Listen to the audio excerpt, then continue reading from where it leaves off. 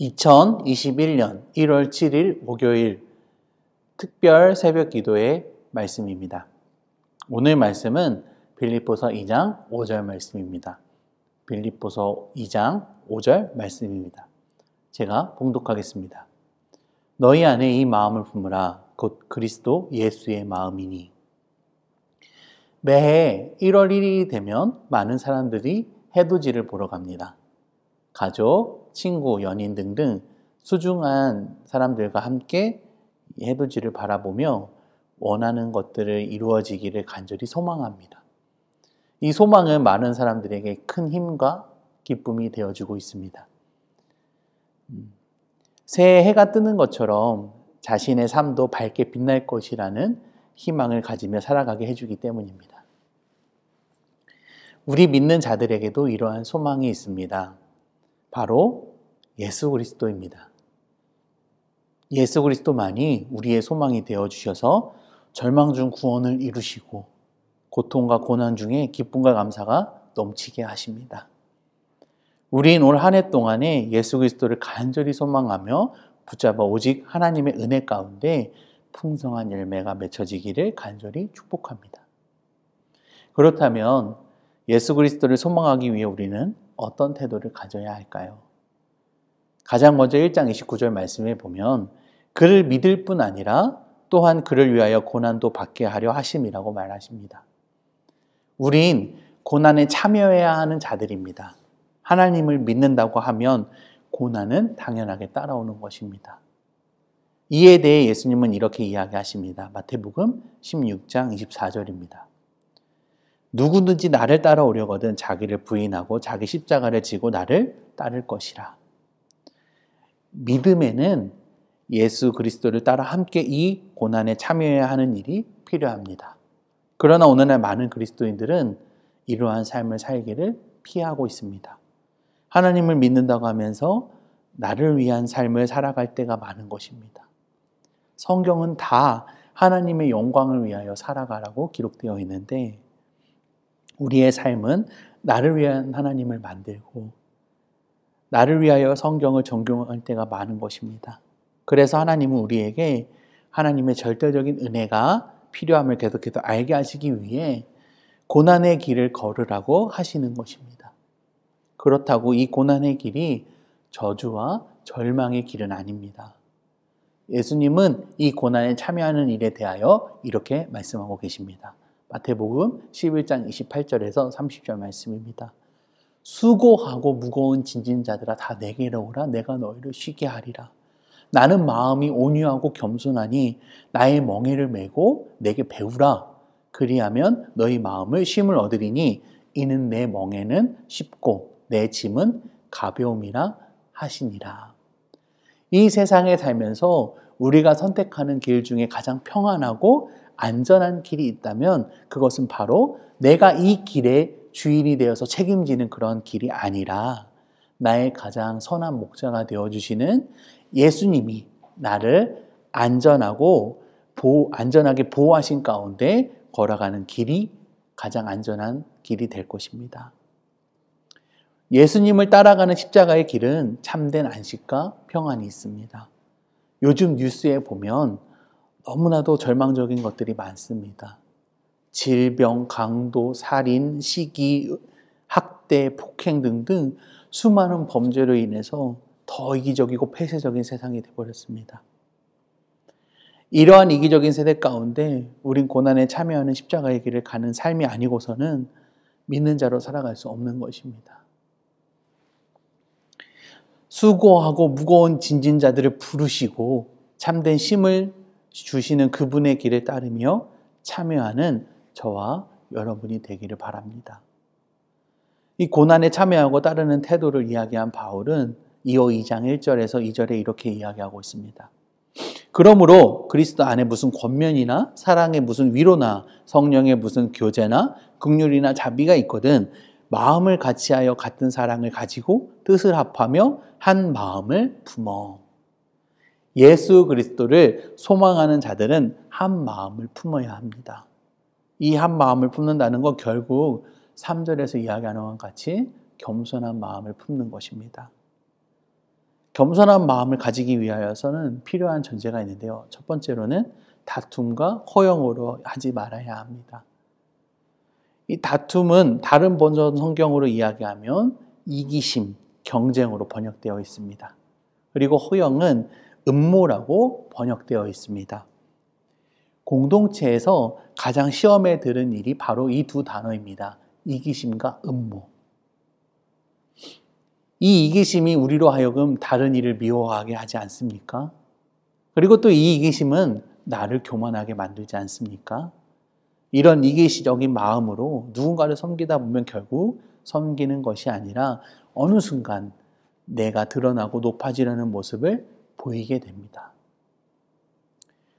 저 또한 캠퍼스 사역을 하면서 그러한 일들이 많았습니다. 이 캠퍼스에 만나는 학생들이 내 제자인 것처럼 여길 때가 많았습니다. 그래서 다른 간사들이 우리 캠퍼스에 와서 학생들을 만나는 걸 굉장히 싫어했습니다. 시기하고 질투한 것이죠. 이렇게 시기하고 질투하게 되다 보면 음모가 있게 되는 것입니다. 음모는 우리 공동체를 분열하게 하는 사탄의 아주 좋은 계략 중에 하나입니다. 그 사람과의 관계를 끊어지게 할 뿐만이 아니라 우리 공동체를 흔들게 하는 것이 바로 이 음모입니다. 있지도 않은 일을 가지고 누가 그러던데, 제가 그러던데 라고 이야기하면서 하는 것이 바로 음모입니다. 요한복음 8장 44절에 보면 이 음모, 이 거짓에 대해서 사탄이 아버지가 되고 있다라고 이야기하고 있습니다. 거짓된 정보로 우리를 하나님과 멀어뜨리려고 하는 것입니다. 이런 사탄의 계략은 창세기부터 시작이 되고 있습니다. 아담과 하와에게 뱀을 보내서 하나님과 멀어지게 하려 했고, 이 이후로도 많은 사람들에게 이 음모를 통해서, 이 거짓된 것들을 통해서 하나님과 멀어지게 하려 했습니다. 이렇게 된 인간은 결국 어떻게 되죠? 죄를 짓게 됩니다. 내가 하나님께로부터 받은 이 청지기적 삶을 내가 주인이 되어버려서 하나님은 없이 이기적인 마음으로 분열을 일으키며 그렇게 이 공동체를 대하게 되는 것입니다. 겸손한 마음을 가지기 위해서 필요한 두 번째는 바로 자기보다 남을 낮게 여기는 것입니다. 나 자신보다 남을 낮게 여긴다는 말은 다른 말로 존중하는 것입니다. 오늘날 우리 문화에 자주 등장하는 말이 있습니다. 바로 갑질 문화입니다. 갑이 을에게 부당하게 하는 행동을 갑질이라고 합니다. 갑질하는 데 있어서 가장 중요한 핵심은 바로 이 사람을 귀하게 그리고 소중하게 여기지 않는다는 것입니다. 저 또한 그러한 삶을 살 때가 많았습니다.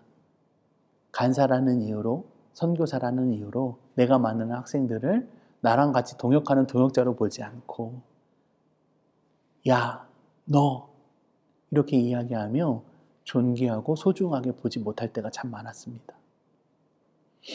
이에 대해 바울은 에베소서 5장 21절에 이렇게 이야기하고 있습니다. 그리스도를 두려워하며 존경하는 마음으로 서로 순종하십시오. 그리스도를 두려워하고 존경하는 마음으로. 이와 같은 일은 바울은 5장 18절에서 성령 충만으로 가능하다라고 이야기합니다. 그러니까 하나님을 잘 예배하고 하나님을 높이는 그 행위를 우리는 우리 서로에게도 존중하며 똑같이 순종해야 한다고 이야기하는 것입니다. 이와 같은 것에서부터 남편과 아내, 부모와 자식, 주인과 종의 관계를 설명하고 있는 것입니다. 자기보다 남을 낮게 여기는 마음은 곧 나와 당신을 위해 십자가에 달려 피 흘리신 예수 그리스도를 묵상하면서 서로 존중하며 순종하는 것입니다. 이런 마음으로 서로 대할 때 좋은 동역이 일어나고 연합이 일어날 줄을 믿습니다. 세 번째는 다른 사람의 일을 돌아보는 것으로 나의 기쁨을 충만케 해야 합니다. 우리의 기쁨은 다른 사람을 돌아보는 것으로 충만케 할 수 있습니다. 세상 사람들은 이런 우리에게 손가락질을 하면서 비웃을 수는 있죠. 그러나 성경에서 말하는 진리가 이것이 아닙니다. 내가 나를 위하여 하는 것으로 기쁨을 충만케 할 수 없고 내가 예수 그리스도의 피값으로 사신 나의 이웃을 내가 내 몸과 같이 사랑하며 돌봐줄 때 나의 기쁨이 충만케 되는 것이 진리라는 것입니다. 바울은 감옥에 갇혀서 서신서를 쓰고 있습니다.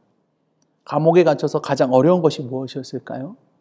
어둡고 캄캄하고 차갑고 더럽고, 그러나 무엇보다도 그 감옥 생활이 가장 어려웠던 것은 바로 고통이었을 것입니다. 이 고문으로 인해서 당하는 그 고통은 이루 말할 수 없었을 것입니다. 그런데 그러한 감옥 생활을 하는 바울이 성도들을 생각하며 그들을 그리워했다라고 이야기합니다. 그 감옥에서 당하고 있는 어둡고 차갑고 그런 것들로 인해서 힘들고 괴로운 것이 아니라 이 성도들을 그리워하는 것, 성도들의 신앙생활을 가장 걱정했고 또 그들을 보지 못하는 것에 가슴 아파했다는 것입니다. 바울은 고통스럽고 죽을 수도 있는 그 상황에서 성도들을 돌보며 격려함으로 기쁨과 감사가 넘치고 있는 것입니다. 우리도 이 기쁨을 알기를 원합니다. 나와 함께하는 이가 더 평안하고 감사가 넘치도록 돕는 기쁨이 차고 넘치시기를 바랍니다.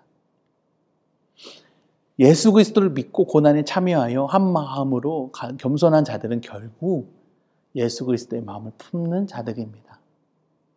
바울은 빌립보 성도들에게 권면하며 다시 한번 이와 같은 일을 예수 그리스도가 이루셨음을 알려주고 있습니다. 6절 말씀입니다.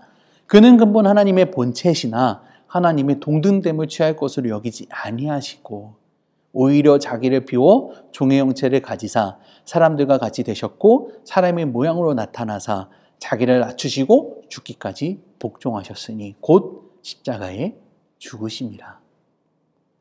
고난에 참여하고 한 마음을 품는 것이, 이것이 불가증하는 이유는 바로 여기에 있습니다. 우리 의뢰로 예수 그리스도의 마음을 품을 수 있습니다. 예수님이 우리를 위해 먼저 낮아지셨고 종의 형체로 십자가에 달려 죽으셨기 때문입니다. 그래서 우린 십자가를 묵상할 때마다 겸손해질 수밖에 없고 죄된 모습이 가득한 나를 보게 되고 그 은혜가 나에게 충만함을 보고 엎드리며 다른 누군가를 돌아보며 섬길 수 있는 것입니다. 십자가, 십자가, 그 그늘 아래 내 소망이 있네. 십자가, 십자가, 그 그늘 아래 내 생명이 있네. 여러분, 이 찬양의 가사처럼 올 한 해 십자가의 은혜, 곧 예수 그리스도의 마음을 품어 절망적인 이 세상 가운데 많은 이들이 예수 그리스도를 모른 채 죽어만 가는 이 세상 가운데에 빛과 소금의 역할을 감당하시길 주님의 이름으로 축복합니다. 기도하시겠습니다. 하나님, 지난 2020년 우리나라 온 민족, 온 세계가 다 힘들었습니다. 간절히 바라고 원하는 것이 있다면 예수를 믿는 자들이 예수 그리스도의 마음을 품어 소망하여 하나님의 사랑이 널리 전파되어지게 하여 주시옵소서.